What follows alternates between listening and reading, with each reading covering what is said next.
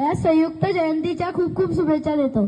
आपण सम्राट अशोक यांची 2330वी, छत्रपती शिवाजी महाराज यांची 396वी आणि महात्मा ज्योतिराव फुले यांची 199वी, बाबासाहेब आंबेडकर यांची 135वी जयंती साजरी करत आहोत.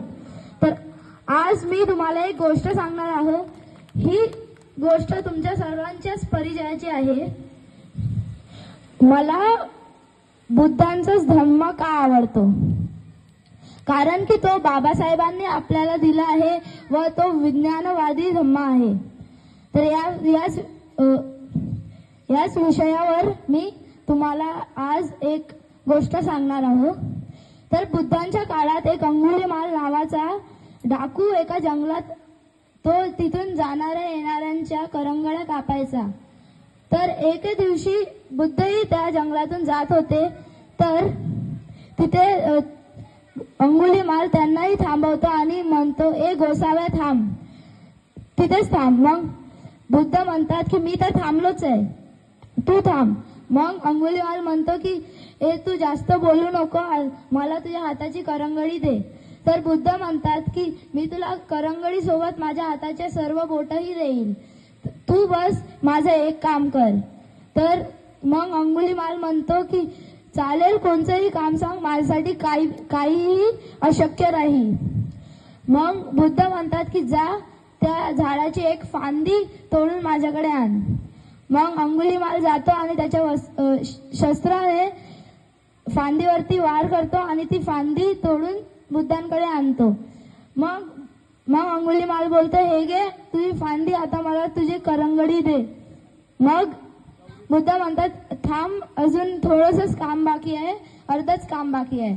मग तो बोलतो की अंगुलीमाल बोलतो की लवकर सांग. मग बुद्ध म्हणतात की जा आता ही फांदी परत जोडून आण त्या झाडाला.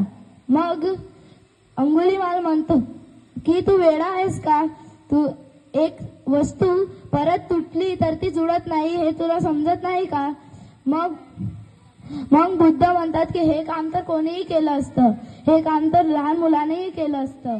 जर तुला कला शिकायचीच होती तर जोडण्याची शिकायची होती, तू तोडण्याची का शिकली. मग अंगुलीमाल म्हणतो की मग अंगुलीमालच्या हातातून ते शस्त्र खाली पडतात आणि मग तो बुद्धांना बोलतो की कोण आहात तुम्ही, तुम्ही माझा अहंकार तोडला, तुम्ही खरं बोलताय, हे काम तर एका लहान मुलानेही केलं असतं. तर मग त्याला बुद्ध अंगुलीमालला नगरीत नेतात, राजाकडे नेतात आणि मग राजा बिंबिसारांना म्हणतात की अरे आज मी त्या जंगलात गेलेलो, ज्या जंगलात तो अंगुलीमाल नावाचा डाकू होता. तर मग सगळे तिथे घाबरतात आणि राजा बिंबिसारही घाबरतो. तो मग बुद्ध म्हणतात की जर का मी त्या अंगुलीमालाला तुमच्या समोर आणलं तर तुम्ही काय करणार. तसंच राजा आपल्या म्यानातून तलवार काढतो आणि म्हणतो की काय भरोसा त्या अंगुलीमालाचा आपल्यावरती कधी धावत येईल. मग बुद्ध म्हणतात की हाच पिवळे वस्त्र धारण केलेला हाच अंगुलीमाल. मग सगळे तिथले घाबरतात आणि राजा एकदम रागात येतो. मग बुद्ध म्हणतात की तू तुझ्या म्यानातली तलवार परत म्यानात टाक. आणि मग बोलतो की हा आता तसा डाकू नाही राहिला आहे, आता हा चांगला माणूस बनलेला आहे. तर याच पुढे अंगुलीमाल सारखा डाकूला बुद्धांचा धम्म असं सुधरवतो आणि बुद्ध धम्म तोडण्याचं नाही तर जोडण्याचं काम करतो. म्हणूनच मला बुद्ध धम्म खूप आवडतो. नमो बुद्धाय, जय भीम. डॉक्टर बाबासाहेब आंबेडकरांचं, महात्मा ज्योतिराव फुलेंचं, छत्रपती शिवाजी महाराज की